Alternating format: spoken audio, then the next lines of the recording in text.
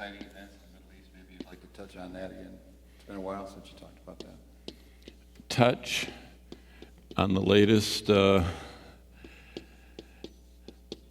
Middle East prophetic implications. Tom, thanks. Where'd you go? Oh, there you are. I just heard a voice. The implications of the prophetic scenario, and boy, is it getting exciting. That's all I can say. So the Middle East is lining up so closely to the Bible. Iran, Persia getting nuclear weapons, Russia supplying the reactors, the Asian Infrastructure Investment Bank, AIIB, which is paving the Silk Road from the armies of the East, are going to have this super throughway all the way to Europe. I mean, it's going to be the largest infrastructure building in the history of the planet that's going on right now, and it's in the news. So there are so many things. So we'll come back to this because this thing is shaping up so amazingly as we see these caliphates. There are two of them going. ISIS is one. The Ottoman Empire is the other. The Turks. It's so interesting that in Revelation, the means of executing the Christians is beheading, which is so Islamic, okay? It's so modern Islam. So why don't you open your Bibles with me to Daniel chapter 10. And this should be a very interesting time because I haven't really thought about this before. And as I was this afternoon thinking about which questions I could remember, I started thinking about how prominently Persia figures in the Scripture. And Persia, as in Iran today, is the old nation of Persia. But thanks, Phil, very much. But what I thought about in Daniel 10, let's see what color we are. Here's Persia. Just to give you a little history, before we look at Daniel 10, to kind of connect between the time of Daniel in the 6th century BC and the modern times. First of all, Daniel earlier in chapter 2 sees this, and I'm not an artist, but he saw this image of this figure. How do you like that for art? They had a head of gold and a chest. So this is gold. You remember all this from Sunday school, and silver. And then we had the brass, then we had the iron, and then we had it doesn't. I was telling someone this morning, probably you didn't notice it, but my slides for Easter Sunday, I had to print 6 times. The screen had all the words, but the printing of the slides wouldn't come. And I said, we have an unsaved printer here at church.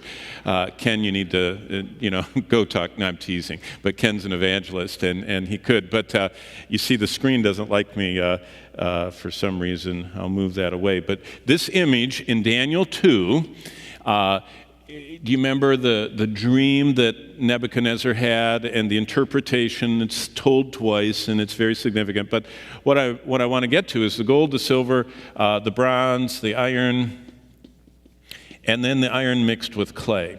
And so it's iron and clay. And the Lord interprets this for us through Daniel. And gold was Babylon. Boy, there's a current in the news. That's a city in Iraq. The Babylonian Empire would be somewhat parallel to not exactly, but the land area of Iraq. And of course, that's the area that Abraham was from, the general area, and came up through Turkey going to Israel. So it's all part of the biblical land. The silver was the Medo-Persian Empire. There's the Persia part, which now was renamed, and you all know about, the process. We got the current unusual configuration of geography in the Middle East. I'll mention that in a minute. And then the bronze, the Persians were defeated at at that great battle where Alexander comes in with his 25,000 and beats an army of 1,000,000, and the whole Medo-Persian Empire crumbles before Greece. And that, by the way, this whole process is detailed in Daniel.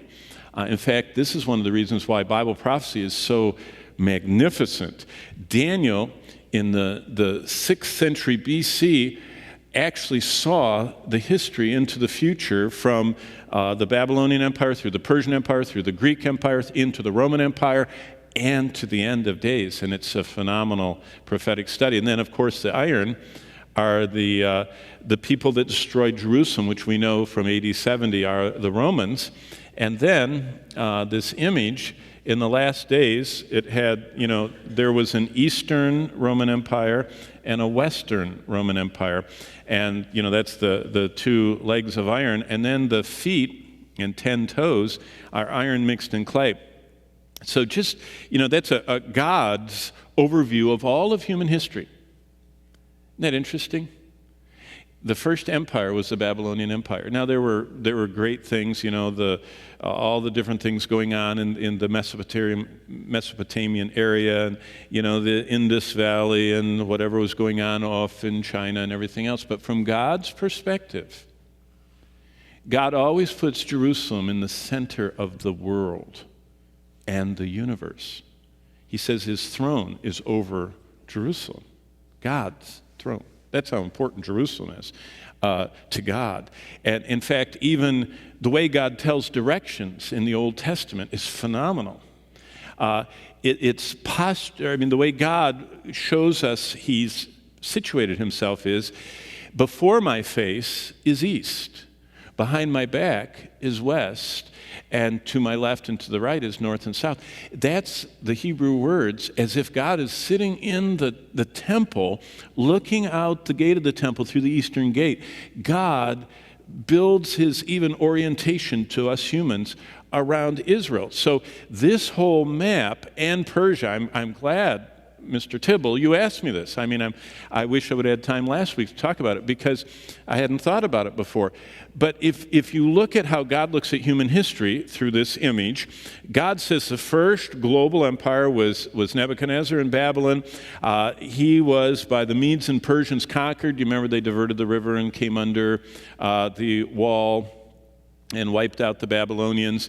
And the Medo-Persians took over, and as I said, they were defeated by Alexander, and Alexander basically died of dissipation and corruption and drank too much and whatever else, and his 4 generals took over, and finally they were defeated by the Romans. And what's interesting is the Western Roman Empire, you all have heard Rome fell in 476 BC. You had to learn that in school, or 476 AD. Everyone had to learn that in school. What people don't think very often about is that the eastern side of the Roman Empire divided, Eastern, Western. The Western, city of Rome, the Italian peninsula, and all of that fell to the Visigoths and Goths and whoever else, all these barbarians that came down from Europe. The Eastern Empire, headquartered in modern-day Istanbul, Constantinople, didn't fall until 1453. There were Romans, legionnaires wearing the armor and everything until 1453 AD. Christopher Columbus was alive during the Roman Empire. That's how close to history the Bible, that's still the Roman Empire. The one leg of it was existing until the conquistadors, and we're talking about modern history here. They were conquered by the Ottomans, the Turks, Turkish people. And the Turks, the Ottoman Empire, actually didn't form until 1517, Martin Luther time, fell in 1917 in World War I, defeated by the British, 1917, ending 400 years that they ruled over all the Middle East. The Muslim rule, the Ottoman Empire was amazing. In 1917, they had to divide up the land, and they carved out these countries that, as in Iraq, as in Persia or Iran, as in Jordan, as in all of these, Syria and everything else, and they just kept partitioning off this land in different ways. So most people think of Iran or Persia as kind of a modern thing, but it's not a modern thing. So let's go to Daniel 10. I want to show you and tie together from God's perspective.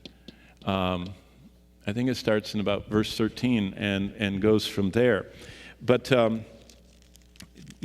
Daniel in verse 1 is in the 3rd year of Cyrus, the king of Persia. So, just give you an orientation. Chapter 10 immediately follows this incredible prophetic that I've taught through many times, chapter 9. Daniel in chapter 10 now is having further revelation, and he's in the 3rd year of Cyrus, the king of Persia. So there's where we are.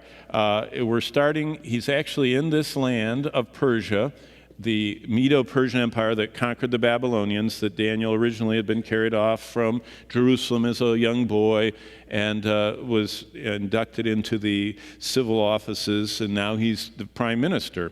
It's amazing. And we could go through all that history, but look at verse 13. Daniel is praying, and he's having a real hard time. And verse 13 explains what the hard time is. There is some being called the Prince of Persia. Now, for those of you that are teenagers, you probably know that as a movie or a video game. But it's actually a demonic super angel, fallen. Remember, there are hierarchies of angels in both directions. God made, there's actually, we know for sure there's 7 orders of angels downward, 7 orders of worse and worse angels that are named in the Bible. There are also normal angels, cherubim, these are the good ones, seraphim, which there are many similarities between cherubim.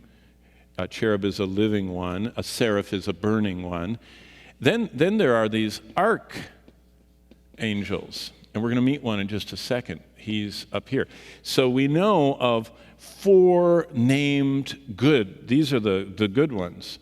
The bad ones, there are plain old demons, but also Paul rattles off some names in Ephesians 6. He calls them principalities and powers and, spiritual wickedness in high places. We also know about the devil himself, Lucifer. We also know about God keeps some of these angels that are the worst, the most malignant. He keeps them in chains, in everlasting chains under darkness. We also know there's one he lets out now and then, but he can't let him out for very long. He's called the Destroyer.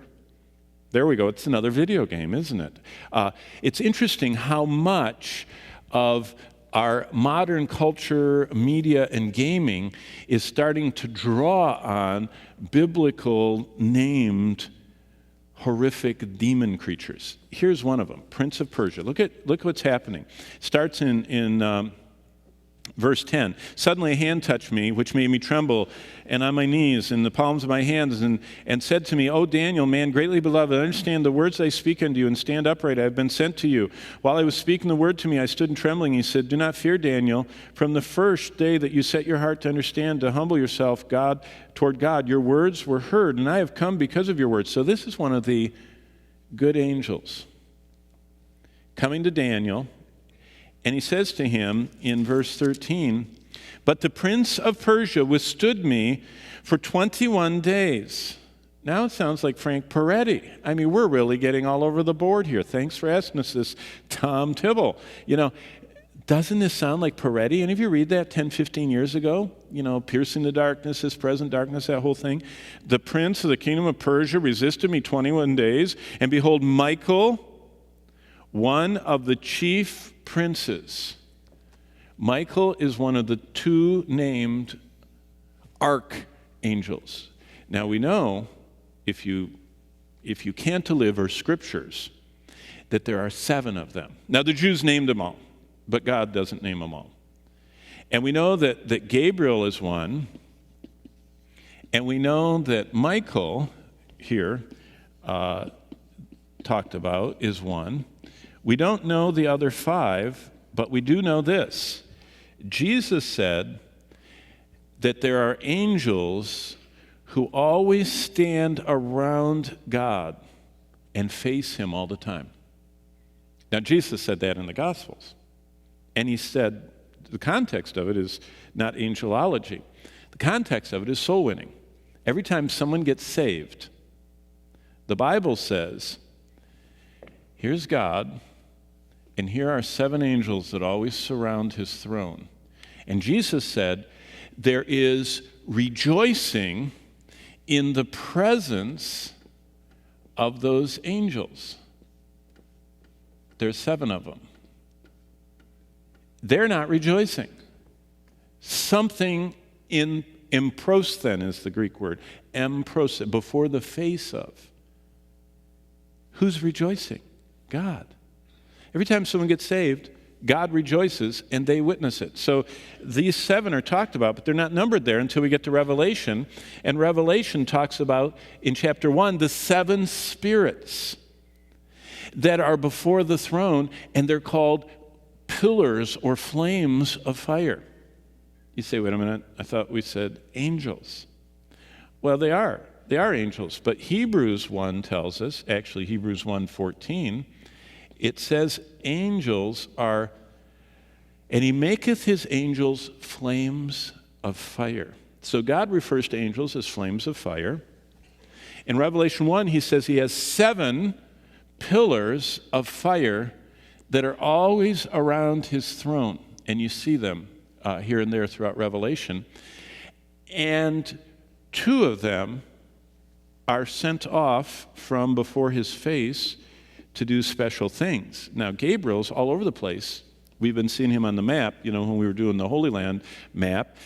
He zipped off to tell Mary, and he zipped off to comfort Joseph, and he zips off to, meet with Zechariah in the incense time, and et cetera, all these birth of Christ. So Gabriel seems to, this archangel of the 7 good angels, and there are 7 malignant ones, orders, this one is always surrounding the birth of Christ and messenger thing. Michael, look what Michael does. Verse 13, the prince of the kingdom of Persia. So there is some fallen angel, a step below Satan, who is very powerful, who is shaping world events. Do you think Vladimir Putin is thinking of all the stuff he thinks of? Do you think that Rouhani, or whatever, the Persian Iranian guy that just snookered the U.S., in the arms deal, do you think they think of all that themselves? No. They're just chess players, or chess pieces that are being played with this prince of Persia, and all the other demons are involved, and they were actually withstanding an angel sent from God. Now that doesn't compute with us. We just think, bam, do whatever you want. We're so into science fiction movies, God says go, the angel goes, and nothing can stop it. But God has allowed Satan to be the god of this world. Some people always are trouble where Jesus said, that you call yourself gods and there are gods. There are other gods other than God. They're little g gods. Satan's one of them. He is the little g god of this world. There are many gods. They're demons. They're fallen. They're malignant. They're not divine supporters of the true and living God, but they're created beings. And they are very powerful. In fact, Jude tells us that when Michael was facing off with Satan, face to face, Michael, the archangel, would not directly rebuke. He could not directly rebuke, because he's a pay grade below Satan. Satan was the very highest created being in the universe, and still is. And Michael's not. And he could not order Satan. He said in Jude, "The Lord rebuke you." It actually says in Jude, Michael dared not bring a railing accusation against Satan. Dared not. So there's a whole bunch more.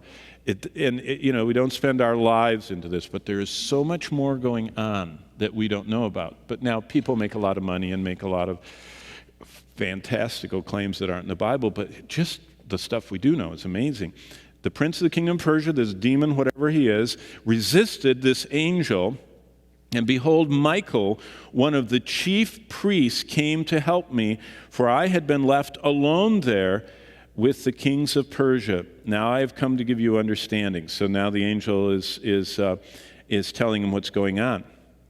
And then, verse 18, again, the one having the likeness of a man touched me and strengthened me. So angels, by the way, can touch people and strengthen them. They were doing that with Jesus. Remember in the temptation in the garden, they were strengthening him. But then, verse 19, "O man, greatly beloved, peace be with you, be strong. Yes, be strong. When he spoke to me, I was strengthened. Let the Lord speak, for you have strengthened me." And he said, now look at verse 20. Now we have another insight into this horrific creature. "Do you know that I have come to you, and now I must return to fight with the prince of Persia? And when I have gone forth, indeed, the prince of Greece will come." That means that this whole image deal, there is a demon, there is a fallen, powerful angel. One angel killed 185,000 Assyrian troops. One. Angels are incomprehensible to us humans, powerful. There is a demon angel that is tied to helping Persia advance. Now, I don't mean all Persians are demonic people. But what we don't realize is that world events are being shaped at two levels. God, who has this master plan that's written down in the Bible. The devil, who doesn't believe it nor understand it, is doing his own thing. And God is orchestrating everything that Satan thinks he's doing as the God of this world to accomplish Satan's purposes is actually fulfilling God's. So what does it have to do with Persia? Well, Mr. Tibble said, is there anything in current news that has to do with correlation to the Bible? Well, if you read all this stuff, starting in chapter 11, basically, chapter 11 of Daniel's writings, all the way from verse 1 down through verse 35, is one of the most amazing prophetic foreviews or previews of history there is. He talks about, in verse 2, someone that you and I read about in Esther, Ahasuerus. He's the king there. Verse 3, Alexander the Great rises. He's a mighty king with great dominion. He does according to his will. And that Alexander goes all the way down through verse 9, and you can, get in a good study Bible, you can read that. Then he talks about Antiochus the Great, and he starts in verse 10 and goes all the way down to, verse 20.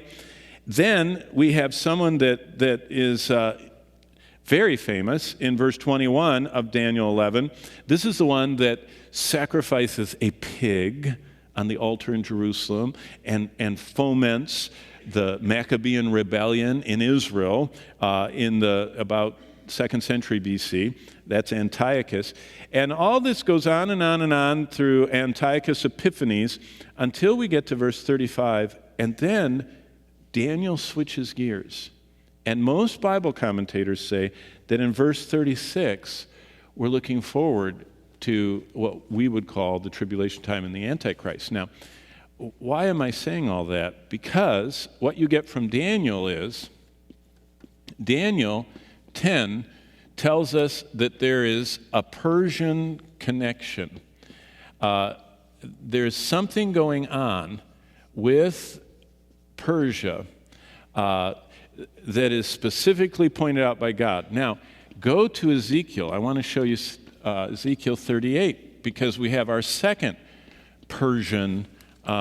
Just back up a book. Ezekiel actually was captured and went to the land of Babylon before Daniel. There were 3 times the Babylonians took prisoners, and most likely in the first of the times Ezekiel was taken. In the second group, another group came, and then Daniel went in the final one in 586.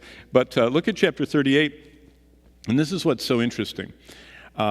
Now the word of the Lord came to me. I'm in Ezekiel chapter 38, and said, Son of man, set your face against Gog in the land of Magog.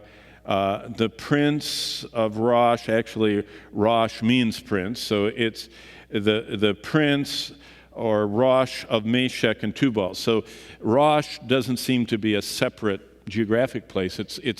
Rosh is always used as a kind of a title, like Pharaoh. Pharaoh isn't a name, it's a title. It's like president. We talk about the president, we know who we're talking about, but in future, if we just say the president, they don't know which one unless they can date us. Well, this Rosh thing is a prince, so it's whoever is the prince in Meshech and Tubal. So that's great, and it doesn't really matter. But look at what it says if you keep going down to verse 5. It says, there are going to be all of these who come against Israel. And I only want you to see the first one in verse 5. I mean, all of them are significant because, just last week, the whole Ethiopia and Somalia and the massacre of the 147 kids in the Christian university in Kenya.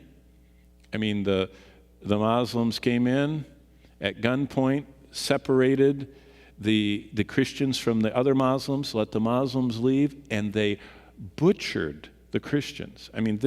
This whole stirring up of the South the Bible talks about, it's interesting to watch it start. But verse 5, what I want you to see is in Ezekiel 38, who's at the head of the line that's coming against Israel in verse 5? What's the first word there in your Bible? Say it out loud. Persia. So we know that Daniel saw there is the Persian politics were being deeply behind the scenes influenced by this high-ranking principality and power, this demon over a country. Now there's another demon over Greece. He seems to be wasting money right now. If you're following, current world news, the Greeks are going broke and falling out of the euro. And I'm just teasing about that. Probably there's some prophetic implication of that. But what we see is this Persian deal figures into Ezekiel 38, saying that there is going to be a coming invasion of Israel that is headed up by Persia. Now, why is that? Well, if you read the rest, why is that important? If you look at all those other names in verse 5, Persia, Ethiopia, and Libya, and with them, and all the house of Gomer and Togarmah and Meshech and Tubal and all that, that group never in history has ever done anything together. This is a historical anomaly looking back. Never in history has Persia, Sudan, Libya, Algeria, Turkey, Central Asia, never have they all attacked Israel, ever. This is a coalition coming. And Ezekiel says the one that's going to rev it up is Persia. If you want to find Persia in the news, it's called Iran. There is no nation on earth that has threatened Israel more completely for annihilation. Now, Hitler just wanted to kill Jews. He didn't care about Israel. He just wanted to kill Jews. The Soviets pogromed the Jews until 1 million of them fled and went to Israel. I mean, we know history. I mean, the Spanish martyred and killed the Jews, and on and on. The Crusaders killed the Jews. But no country has so frequently, publicly, categorically, even this week said, there's no reason for Israel to continue to exist, and we will destroy them. Not just we don't like them, we're going to boycott them, we're going to apartheid them and economically ruin them. We are going to kill them. Now, last thing, because it's time to go. There's something that always identifies where Satan is involved. It says in John 44, Satan was a murderer from the beginning. Satan is always close to murder and bloodshed and killing. It's almost like a fly. Satan loves killing. That's why I would strongly encourage you, if you're a young man and you have any desire to serve the Lord, you need to abandon killing video games because you're honoring the devil. They're not neutral. Satan came to kill and steal and destroy. Those are the three themes of most male-dominated video games: killing, stealing, destroying. You know, grand auto theft, stealing, and killing and destroying are all the rest. Satan's realm, he's a murderer, he loves bloodshed, he loves destruction, he calls his demons Abaddon, destroyer, and all that, and this is all the video game stuff. Satan is one who comes to kill and steal and destroy. When Satan is influencing a nation, they only talk about killing and destroying. And I'm not talking about the Persian people. I think the Iranian people today, I mean, I've baptized several, and I count Iranians as some of my dear friends. I'm not talking about the Iranian people.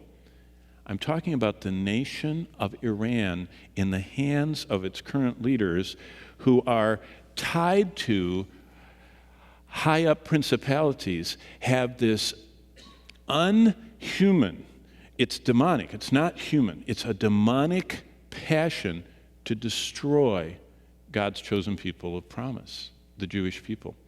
And how does it all end? And I'll end now because we only have 4 minutes. Go to Revelation 12, because what's really interesting is the end of the Bible is all built around all this stuff that Daniel and Ezekiel talk about.